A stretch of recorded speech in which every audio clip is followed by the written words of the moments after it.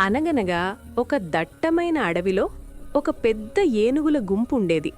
ఆ అడవిలో ఒకసారి భయంకరమైన కరువొచ్చింది. వర్షాలు లేక చెరువులన్నీ ఎండిపోయాయి. ఏనుగులకు తాగడానికి నీరు దొరకక అల్లాడిపోయాయి. నీటిని వెతుక్కుంటూ ఏనుగుల రాజు తన గుంపుతో కలిసి దూరంగా ఉన్న ఒక పెద్ద సరస్సు దగ్గరకు బయలుదేరాడు.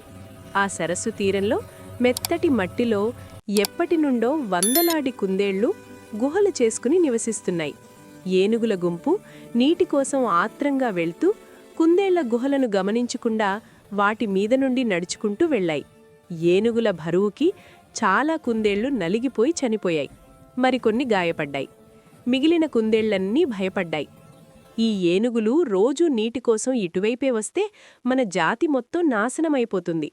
దీనికి ఏదో ఒక పరిష్కారం ఆలోచించాలి అని ఒక సమావేశం పెట్టుకున్నాయి. అప్పుడొక ముసలి తెలివైన కుందేలు ముందుకొచ్చింది.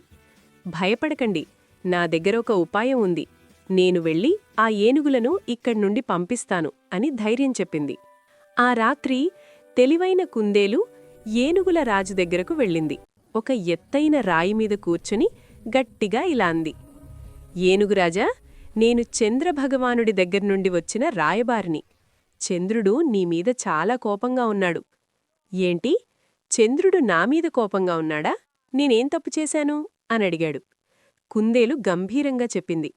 ఆ సరస్సు చంద్రుడికి చాలా ఇష్టమైనది. అక్కడ నివసించే కుందేళ్లు ఆయన పిల్లలు. నీ గుంపు వచ్చి ఆయన పిల్లలను చంపేసింది.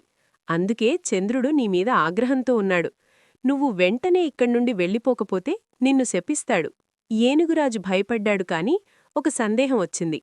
చంద్రుడు కోపంగా ఉన్నాడని నాకెలా తెలుస్తుంది అని అడిగాడు.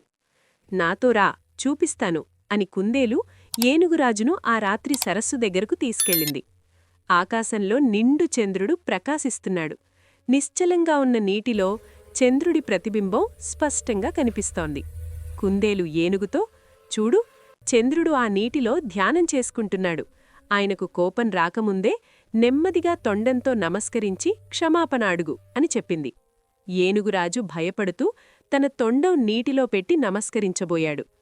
తొండం తగలగానే నీటిలో అలలొచ్చాయి. దాంతో నీటిలో ఉన్న చంద్రుడి ప్రతిబింబం అటూ ఇటూ కదలడం మొదలైంది. అది చూసి కుందేలు గట్టిగా అరిచింది. చూశావా, నువ్వు నీటిని తాగగానే చంద్రుడికి ఎంత కోపం వచ్చిందో?